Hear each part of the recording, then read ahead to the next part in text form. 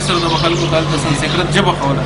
د دې نه علاوه په لاهور کې بودو بانډ هم شته چې د ګوتم بدھ په نوم باندې، ځکه چې اشوکا چې و نو دا د ګوتم بدھ نه 400 کاله وروسته تېر شوی.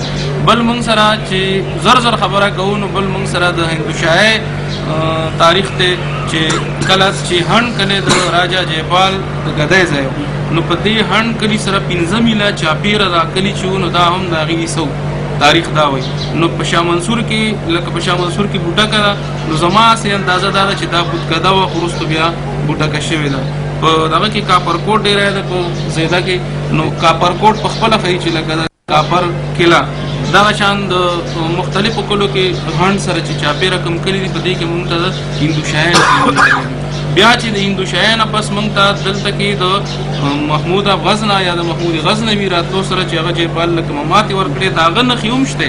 لکه دا هم ویلی شي چې د چپای سره چې بنده چپای ته ځي زموږ ونډ ته نو دغلته کې چې دا کوم دغه حق دی ملاز بابا، نو ځینې خلک وایي چې کله محمود غزنوي په دې لار باندې تېرېده نو دغه ځای کې جګړه کړې ده او ایاز چې دی نو دغلته زخمي شوی دی.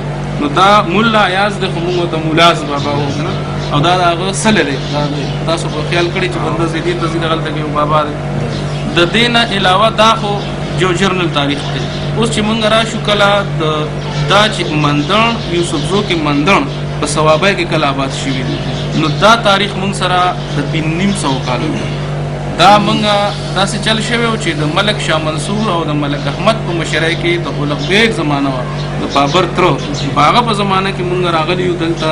نو موږ یو پړاو د خیالي په غاړه کړو د هغه کې چارسده کې د لزاکو موږ له ځای راکړو. بیا د هغې نه پس چې دی نو موږ رالو دلته ملکان ته، هغه بیا ملک احمد یو سټریټجي جوړه کړه، یو حکمت عملي جوړ کړه، موږ دلته آباد شو. بیا د هغې نه پس سوات ته لاړو، یوسفزو سوات قبضه کړ. بیا دا مندړ چې کوم کاسټ د سب کاسټ نو موږ دلته په صوابۍ کې د مندړ 4 زامن په صوابۍ کې آباد در 500 کالو خبره ده تقریبا پوشه.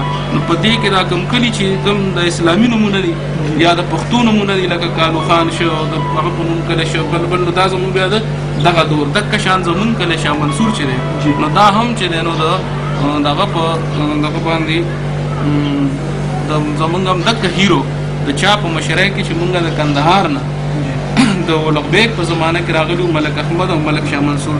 نو د ملک شاه منصور د ترز یو د ملک احمد د ترز یو د ملک شاه منصور کشر دی. لکه ملک احمد تقریبا داسې د 20 کالو او دی داسې د 1415 یا 14 کالو د دوی په مشرۍ کې مونږ راغلي.